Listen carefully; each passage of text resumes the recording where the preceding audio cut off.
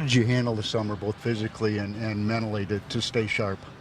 Well, just like Coach Marsan said, once you get older, once you start living off campus, it's not hard to live a boring life. So I just stay in the house, I play Call of Duty, and, it's just studying the plays, everything. It's not really that big of a deal staying in the house, because, that's what I do anyways.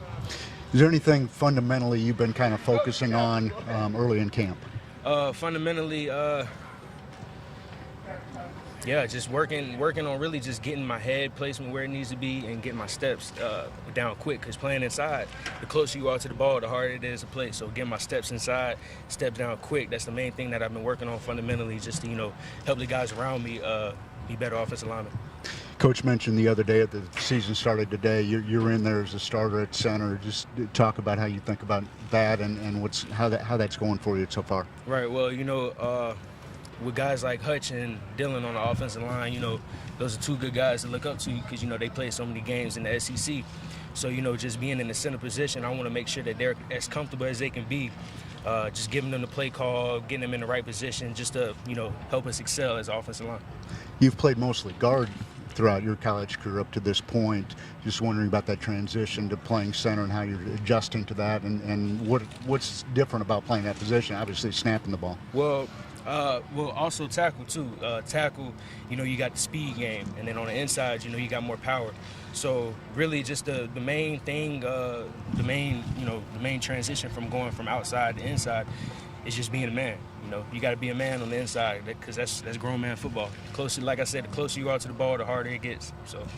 Last season, you start the first game up at North Carolina. Things obviously didn't go as anyone had hoped that day, and you end up not starting the rest of the season. Just tell me about your mindset of staying sharp, staying ready, and how that kind of maybe influenced your passion to come back this year, be ready to go.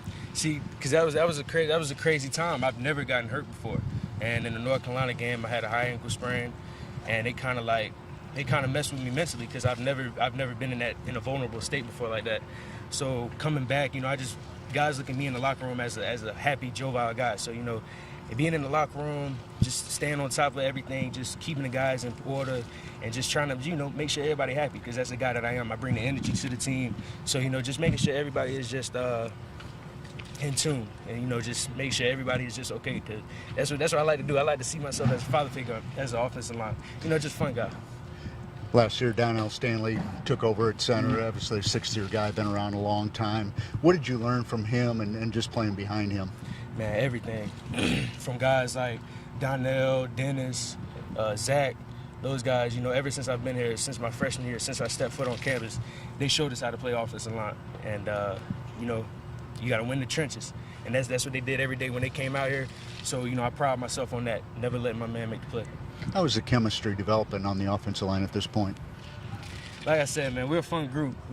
The team looks at us as, the most talented. The team looks at us as the most talented group and the team that brings the most energy. If we don't get it going, then the offense won't get it going. So we got to bring it every single day. And as an offensive line, we start gelling with each other. We've been doing a lot of stuff outside of the facility, just to help us get that bond. Take us inside that offensive line room with Coach Wolf. What's he like on a day-to-day basis? Man, it's a great guy. He's a great guy. But you gotta be very mentally tough with Coach Wolf. But it's not always bad. He's a fun guy. People like to look at him as a serious guy, but he got our back. And since he got our back, we want to fight for him. So. Any difference for an offensive lineman with a Mike Bobo type offense? Anything that is a little different for you, nuance-wise? Can show our athleticism.